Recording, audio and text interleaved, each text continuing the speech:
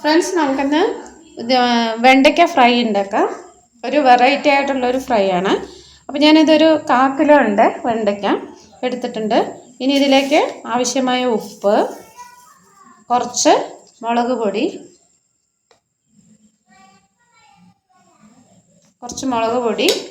അതിനുശേഷം കുറച്ച് മഞ്ഞൾപ്പൊടി,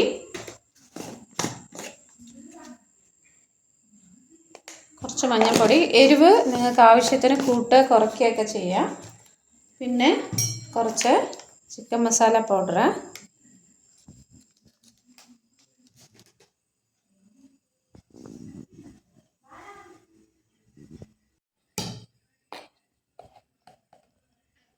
കുറച്ച് കുരുമുളക് പൊടി. ഞാൻ കുരുമുളക് പൊടിയാണ് കുറച്ച് കൂടുതൽ ഇടുന്നത്.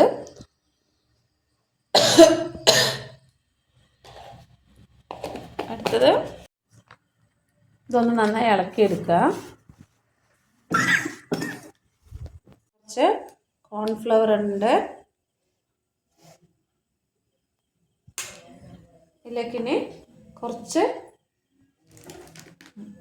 മൈദയും കടലമാവും, വളരെ കുറച്ച് മതി.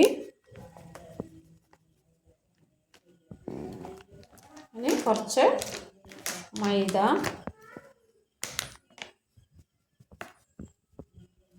ഇനി ഇത് ഇളക്കാൻ ആവശ്യമായിട്ട് വെള്ളം ഉപയോഗിക്കേണ്ട, കുറച്ച് തൈരാണ് ഞാൻ ഉപയോഗിക്കുന്നത്. എന്നിട്ട് നന്നായി ഒന്ന് ഇളക്കിയെടുക്കുക.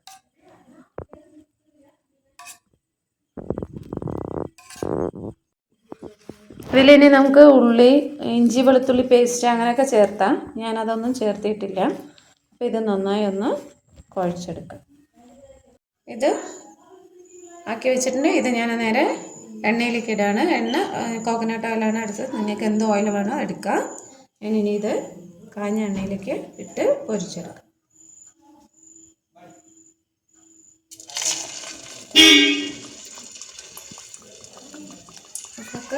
എണ്ണ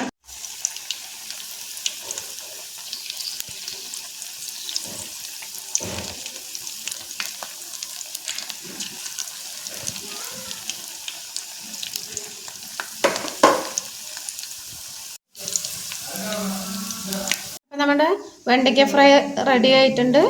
എല്ലാവരും ഒന്ന് ട്രൈ ചെയ്ത് നോക്കുക. നല്ല ടേസ്റ്റ് ഉണ്ട്.